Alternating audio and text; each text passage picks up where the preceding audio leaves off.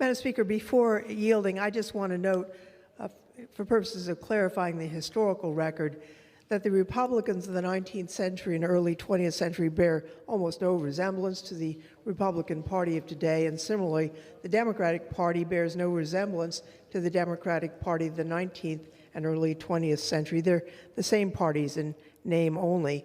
In the 19th century, the Republicans were generally the party of the Northerners, and the Democrats were the party of the South, and that has switched. At this point, I would be pleased to yield 1 minute.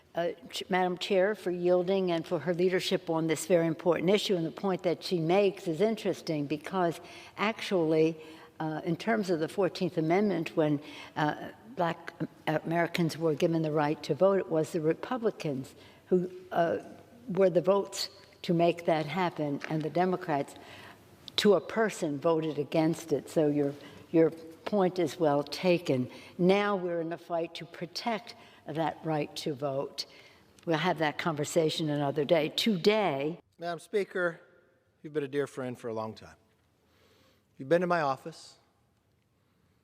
You sat on the couch, sat across the chair, and you know the portrait that hangs in my office, the portrait of Abraham Lincoln. I'm proud that he was the first Republican president of the United States. I'm proud of the action that he took in a defining time of our nation. The greatest challenge ever to our Constitution was the Civil War, long and by far. The bill we're voting on today, we voted before, and I supported it. I support it now. But let me state a simple fact. All the statues being removed by this bill are statues of Democrats. Madam Speaker, as I heard the Speaker talk earlier about removing of the 4 portraits of speakers in the hall, the same answer goes for that as well.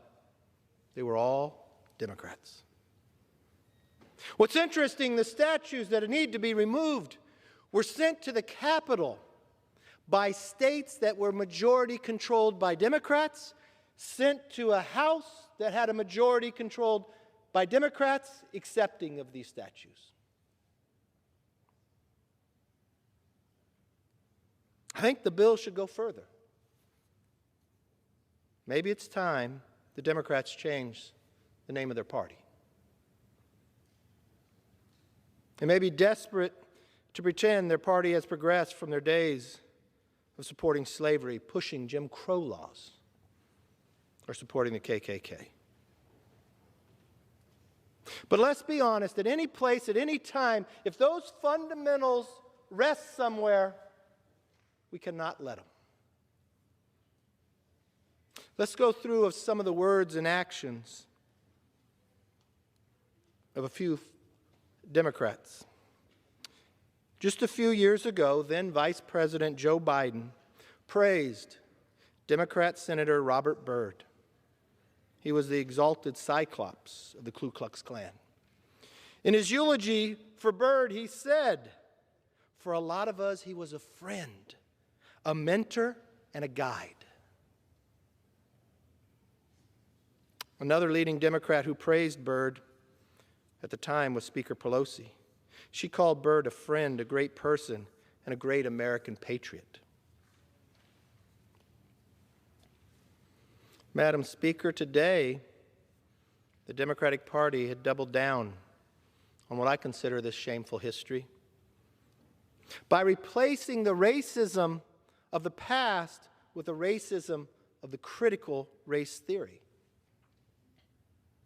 I'll vote for this bill today just as I voted for it before.